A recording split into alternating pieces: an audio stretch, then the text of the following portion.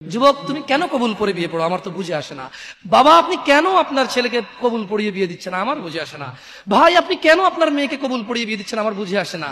আপনার মেয়ে হলুদ কাপড় পরে, মাথার মধ্যে খোপা দেয়, 3 জনে এসে দুধ খাওয়ায়, 4 জনে কোলে নিয়ে নেয়, 6 জনে গান বাজায়, 10 জনে এসে হলুদ মাখে। শুধু বুঝি মৌলবি দিয়ে কবুল পড়ালে বুঝি মুসলিমের বিয়ে হয়?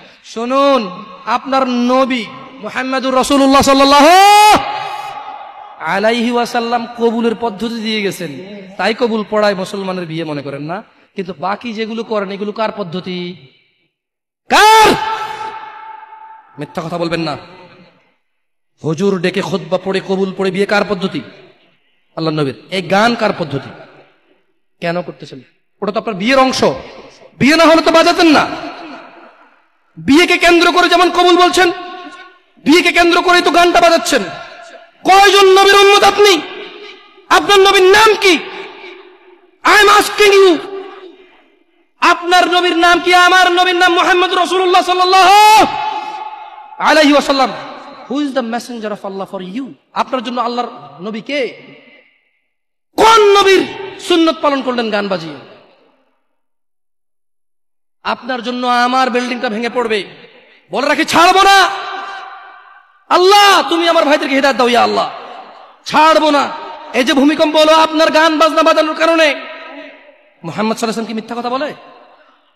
কারা কারা হাত তোলেন তো যে মুহাম্মদ সাল্লাল্লাহু আলাইহি ওয়াসাল্লাম জানে না, মুহাম্মদ সাল্লাল্লাহু আলাইহি ওয়াসাল্লাম জানে না, এরকম কারা কারা স্বীকার করে?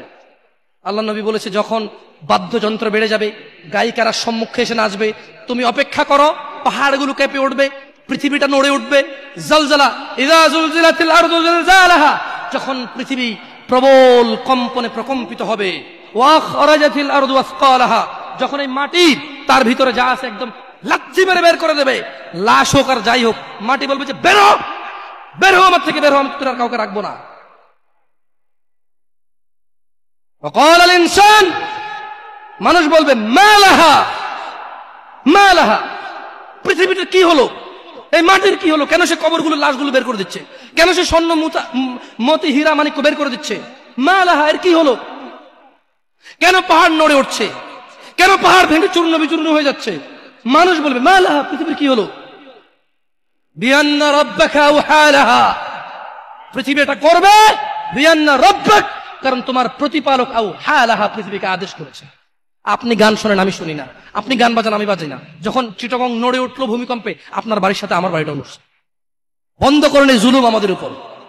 আল্লাহর দিকে তাকিয়ে বন্ধ করেন, আল্লাহর দিকে তাকিয়ে বন্ধ করেন। আপনার বাড়িটা যদি ভেঙে ফেলার ইচ্ছা, বুলডোজারে ভেঙে ফেলেন, কেউ ধরবে?